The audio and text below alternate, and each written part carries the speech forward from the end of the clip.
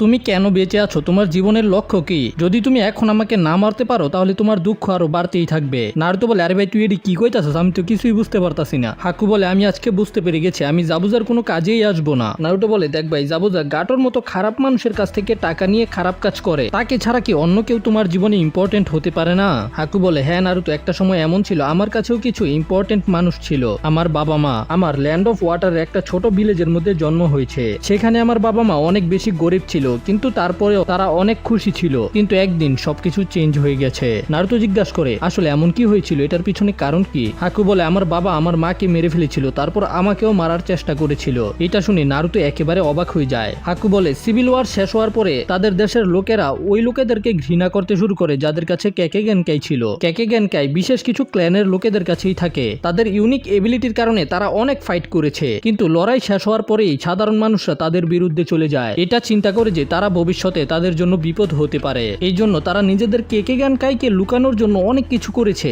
যদি তারা জানতে পারতো কারো কাছে কেকে গেনকাই আছে তাহলে তাদেরকে মৃত্যুদণ্ড দিয়ে দেওয়া হতো। আমার পুরো বিশ্বাস আছে তোমার বন্ধুর জীবনে অনেক কষ্ট রয়েছে। আমার মায়ের কাছেও কেকে গেনকাইয়ের পাওয়ার ছিল, কিন্তু সেটাকে লুকিয়ে রেখেছে। কিন্তু একদিন আমার বাবা জানতে পেরে যায় আর সে আমার মাকে মেরে ফেলে, কিন্তু আমি কোনোভাবে সেখান থেকে পালিয়ে যাই। অথবা তুমি এটা বলতে পারো যে আমি তাকে মেরে সেখান থেকে পালিয়ে এসেছি। আমার মা এবং বাবা আমার জীবন থেকে একেবারের জন্য চলে গেছে। আমার এমন মনে হচ্ছিল আমি অনেক বেশি গুরুত্বপূর্ণ জিনিস হারিয়ে ফেলেছি, আর এখন পুরো দুনিয়ার মধ্যে কারোরই আমার দরকার ছিল না। আমি সবার জন্য একেবারে বেকার হয়ে যাই। তখন নারুতো হাকুর কথা শুনে চিন্তা করে, সে তো একেবারে আমার মতোই। হাকু বলে যে তুমি বলেছিলে তুমি ভিলেজের সবচাইতে স্ট্রংগেস্ট নিনজা হতে চাও, যেন লোকেরা তোমাকে সম্মান করে। আর যদি আসলেই কেউ তোমাকে অ্যাকসেপ্ট করে ফেলে তাহলে তার থেকে বেশি ইম্পর্টেন্ট তোমার জন্য কেউ হতে পারে না। আর আমার জন্য ওই ব্যক্তিটা হলো জাবুজা। যে শক্তি দেখে লোকেরা ভয় পেত, জাবুজার ওই শক্তিরই দরকার ছিল। তারপরে জাবুজাই আমাকে লালন পালন করেছে, এটা বলে হাকু কান্না করতে শুরু করে। হাকু নারুতোর কাছে যেতে শুরু করে, নারুতো আমি চাই যে তুমি আমাকে মেরে ফেলো। আর এদিকে কাকাশি ওই স্ক্রোলকে নিয়ে হ্যান্ড সাইন বানাতে শুরু করে আর বলে যে নিনজা আর্ট সামানিং জুৎসু।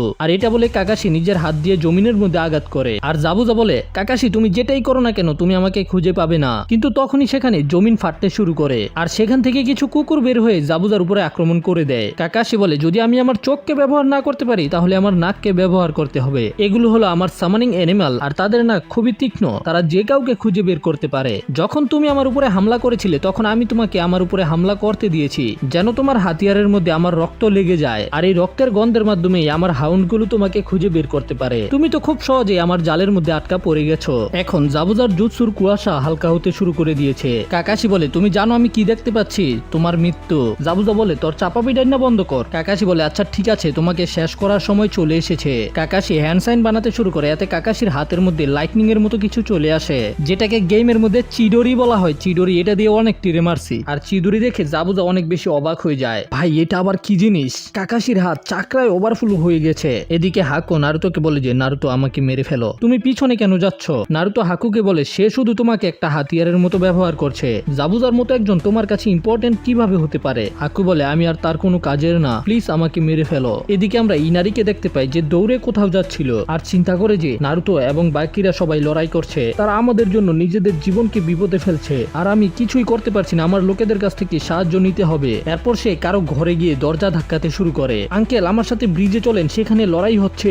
যদি আমরা সবাই মিলে একসাথে লড়াই করি তাহলে আমরা গাটোকে হারাতে পারবো। কিন্তু ঘরের ভিতর থেকে কেউ উত্তর দেয় না। কিছুক্ষণ পরে ঘর থেকে শব্দ আসে, ইনারি আমি হার মেনে নিয়েছি, লড়াই তো শুধু হিরোরা করে, যেমন তোমার বাবা ছিল, তুমি দেখেছো না তোমার বাবার সাথে কি হয়েছে? যদি আমরা লড়াই করি তাহলে আমাদের সাথেও সেটাই হবে, আর আমি কাউকে মরতে দেখতে চাই না। ইনারি বলে, তোমরা এক নম্বরের ডরপোক, আমি আমার সম্পূর্ণ জীবন একটা ডরপোকের মতো বেঁচে আছি, কিন্তু এখন আমি বুঝে গেছি কান্না করে আর লুকিয়ে কিছুই হবে না। ইনারি এটা বলে সেখান থেকে চলে যায়, কিন্তু দরজার পিছনের লোকটা অনেক বেশি চিন্তা করছিল আর তার ওয়াইফ বলে যে ইনারি তো বাচ্চা থেকে একটা পুরুষ হয়ে গেছে, কিন্তু তোমরা সবাই পুরুষ থেকে বাচ্চা হয়ে গেছো, তুমি কি ইনারিকে সেখানে এইভাবে একা যেতে দিতে পারবে? এরপরে ইনারি গ্রামের সব বাড়ির মধ্যে যেতে শুরু করে, সবাইকে ব্রিজের কাছে যেতে বলে, কিন্তু কেউ ওর কথা শোনে না, কেউ তো দরজাই খোলে না। এদিকে হাকু তো নারুতোকে বারবার বলছিল, ভাই আমাকে মাইরা ফালা, আমাকে মাইরা ফালা। আরে ভাই তুই নিজেরটা নিজে মইরা যাস না। আর নারুতো এতে বিরক্ত হয়ে একটা কুনাই নিয়ে হাকুর দিকে যেতে শুরু করে আর হাকু মনে মনে নারুতোকে ধন্যবাদ বলে। এদিকে আমরা দেখতে পাই যে কাকাশি অনেক গতিতে জাবুজার দিকে যেতে শুরু করেছে। হাকু কিছু ফিল করতে পারে আর সাথে সাথে নারুতোকে ধরে থামিয়ে দেয়। হাকু বলে, আমাকে ক্ষমা করে দিও নারুতো, কিন্তু প্ল্যানে কিছু চেঞ্জ হয়ে গেছে। হাকু কিছু হ্যান্ড সাইন বানাতে শুরু করে, তারপর সেখান থেকে গায়েব হয়ে যায়। এদিকে কাকাশি জাবুজার অনেক কাছে চলে এসেছে আর জাবুজা চিন্তা করে করে আমি কি মারা যাব। কিন্তু একেবারে শেষ মুহূর্তে জাবুজার সামনে চলে আসে হাকু, আর কাকাশির হাত হাকুর বুকের আরপার হয়ে যায়। এটা দেখে জাবুজাও অবাক। হাকুর অনেক বেশি রক্ত বের হতে শুরু করেছে, কিন্তু তারপরেও হাকু কাকাশির হাত ধরে ফেলে। আর এদিকে সুনামি ইনারিকে বলে তুমি সেখানে যাবে না, কিন্তু ইনারি তার মায়ের কথা শুনে না আর বলে যে আপনি আমার জন্য চিন্তা করেন না, আমি জানি যে আমার কিভাবে লড়াই করতে হবে। সুনামি এটা শুনে অবাক হয়ে যায়, আর সুনামি ইনারির মধ্যেই কাইজাকে দেখতে পায়। এরপরে ইনারি ঘর থেকে বের হয়, আর সেখানে অনেকগুলো ছায়া দেখতে পাই আমরা। এটা দেখে ইনারি অনেক বেশি অবাক হয়ে যায়। এদিকে নারুতো ছায়ার মধ্যে কাকাশি এবং জাবুজাকে দেখতে পায়, আর কাছে গিয়ে দেখতে পায় যে হাকু কাকাশির সামনে চলে এসেছে, আর ওই অ্যাটাককে নিজের উপরে নিয়ে নিয়েছে। জাবুজা হাসতে শুরু করে আর বলে যে খুব ভালো করেছো হাকু। এটা বলেই সে নিজের হাতিয়ারকে বের করে কাকাশির উপরে অ্যাটাক করার জন্য। কাকাশি বলে যে সে কি করছে, সে কি আমার সাথে সাথে তার সাথীকেও মেরে ফেলতে চায় নাকি, এটা তো একটা শয়তানের কাজ।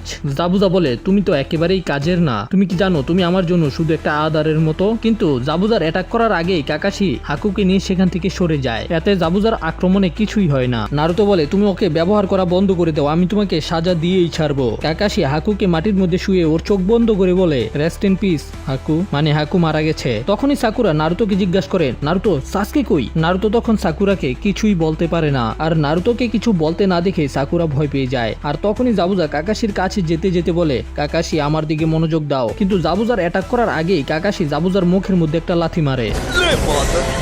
আর সাকুরা ওই মাস্টার বিল্ডারকে নিয়ে সাসকেকে খুঁজতে শুরু করে, আর দেখতে পায় যে সাসকে আহত অবস্থায় পড়ে আছে। সাসকের এই অবস্থা দেখে সাকুরা কান্না করতে শুরু করে। দেখতে পায় যে সাসকের শরীর একেবারে ঠান্ডা হয়ে গেছে। সাকুরা বলে আমি একাডেমির মধ্যে সবচেয়ে ভালো স্টুডেন্ট ছিলাম, আমি সবগুলো এক্সামের মধ্যে অনেক পারফেক্ট ছিলাম। আপনি কি জানেন শিনোবির 100টারও বেশি রুলস রয়েছে, আমি সবগুলোকে মনে করে ফেলেছি। আর একটা এক্সামের মধ্যে আমাদেরকে 25 নাম্বার রুলস এর সম্পর্কে প্রশ্ন করা হয়েছিল, যেটা ছিল একটা শিনোবির কখনো নিজের অনুভবকে দেখানো উচিত না, সময় যেমনই হোক ইমোশন আমাদেরকে দুর্বল করে দেয়। তারপরে সাকুরা কান্না করতে শুরু করে। এদিকে কাকাশির সাথে লড়াই করে জাবুজা অনেক বেশি ক্লান্ত হয়ে গেছে। কাকাশি এত বেশি শক্তিশালী কিভাবে। জাবুজা আবারও কাকাশির উপরে আক্রমণ করার চেষ্টা করে, কিন্তু কাকাশি নিজের জায়গা থেকে একটুও নড়ে না, আর এক হাত দিয়ে জাবুজাকে একটা ঘুষি দেয়। তারপরে কাকাশি জাবুজার পিছনে এসে নিজের হাতে 2টা কুনাই নিয়ে নেয়, আর সেগুলো দিয়ে জাবুজার উপরে আক্রমণ করে। জাবুজা নিজের বড় তলোয়ার দিয়ে কাকাশির উপরে আক্রমণ করার চেষ্টা করে, কিন্তু কাকাশি ওই 2টা কুনাই জাবুজার হাতের ভিতরেই ঢুকিয়ে দেয়, আর এতে জাবুজার 2টা হাতি একেবারে কাজ করা বন্ধ করে দেয়। কাকাশি বলে এখন তো তুমি একটা হ্যান্ড সাইনও বানাতে পারবে না। কিন্তু ঠিক তখনই সেখানে গাটো চলে আসে, আর সে নিজের সাথে অনেকগুলো গুন্ডা বদমাইশ নিয়ে এসেছে, আর বলে যে তুমি আমাকে নিরাশ করে দিয়েছো জাবুজা। আর গাটোকে দেখে জাবুজা জিজ্ঞাসা করে এগুলো কি করছো তুমি গাটো, তুমি এখানে কেন এসেছো। গাটো বলে যে এখন প্ল্যানের মধ্যে কিছু চেঞ্জ করে ফেলেছি, এখন তুমি এই ব্রিজের মধ্যেই মারা যাবে, তোমাকে আমার অনেক বেশি টাকা দিতে হবে, এই জন্য এখন আমি তোমার কাম তামাম করে দিব, আর এখন তোমাকে মেরে আমি আমার নিজের লাভকে আরো বাড়িয়ে নিব। জাবুজা কাকাশিকে বলে দেখতে পাচ্ছ গাটোর সাথে আমার কন্টাক্ট শেষ হয়ে গেছে, তো এখন আর আমার তাজুনার জীবন নিয়ে কোনো লাভ নেই, আর এখন তোমার সাথে আমার কোনো শত্রুতা নেই। গাটো হাকুর কাছে গিয়ে ওর মুখের মধ্যে লাথি দিয়ে বলে তুই তো আমার হাতকে প্রায় ভেঙেই ফেলেছিলি, আর এখন আমি প্রতিশোধ নেওয়ার সুযোগ পেয়ে ফেলেছি, কিন্তু আফসোস যে তুই এখন আর বেঁচে নেই। আর নারুতো এটা দেখে অনেক বেশি রেগে যায়। নারুতো গাটোকে মারার জন্য যেতে যায়, কিন্তু কাকাশি নারুতোকে থামিয়ে দেয়। নারুতো জাবুজাকে বলে সে তো তোমার সাথে ছিল না, তুমি গাটোকে এরকম কিভাবে করতে দিতে পারো। জাবুজা বলে চুপ কর বোকা কোথাকার, হাকু মারা গেছে, এখন আর এই সব কিছুর কোনো মানে নেই, আমি শুধু তাকে ব্যবহার করেছিলাম যেমন গাটো আমাকে করেছে, আমার জন্য হাকু কিছুই না। নারুতো দেখতে পায় যে জাবুজা কত খারাপ মানুষ। নারুতো বলে তোমার তো ওর জন্য গ্রেটফুল হওয়ার দরকার, সে তোমার জীবন বাঁচিয়েছে, আর তুমি বলছো যে তোমার এতে কিছুই যায় আসে না। তুমি জানো মরার আগে হাকু আমাকে কি বলেছিল, যে তার জন্য দুনিয়ার মধ্যে সবচেয়ে ইম্পর্টেন্ট পার্সন হলো তুমি, তোমার জন্য সে সবকিছু ছেড়ে দিয়েছে, এমনকি নিজের জীবনও দিয়ে দিয়েছে, কিন্তু তোমার জন্য সে শুধু একটা অস্ত্র ছিল। আর নারুতো কান্না করতে শুরু করে, আর আমরা দেখতে পাই যে নারুতোর কথা শুনে জাবুজাও কান্না করতে শুরু করেছে, আর জাবুজা নিজের মুখ থেকে ওই কাপড়টা খুলে ফেলে।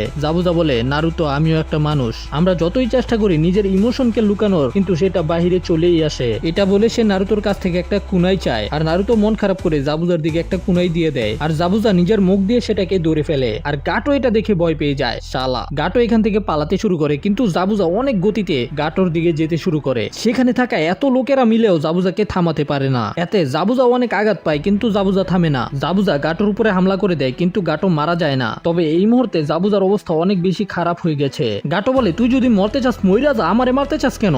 জাবুজা বলে গাটো আমি তোকে আমার সাথে জাহান্নামে নিয়ে যাব। আর এটা বলেই জাবুজা গাটোর উপরে লাগাতার হামলা করতে শুরু করে, আর মেরে ব্রিজ থেকে ফেলে দেয়। আর জাবুজাকে দেখে সবাই সেখানে ভয় পেতে শুরু করে, তারা হাতিয়ার ফেলে দেয়। জাবুজা হাকুর দিকে যেতে শুরু করে, কিন্তু এত আহত হওয়ার কারণে যেতে পারে না, আর চিন্তা করে যে হাকু আমি তোমাকে কখনোই ধন্যবাদ বলতে পারিনি। আর এরপরেই জাবুজা নিচে পড়ে যায়। এখন জাবুজা মারা গেছে, তো সাসকে মারা গেছে কিনা এটা আমরা পরের পার্টে জানতে পারবো ভাই। তো যদি ভিডিও ভালো লাগে তাহলে লাইক করো আর কমেন্ট করে জানাও এবং ভিডিওকে বেশি করে শেয়ার করো। তোমাদের জন্যই তো ভিডিও তৈরি করি, এই জন্য সাবস্ক্রাইব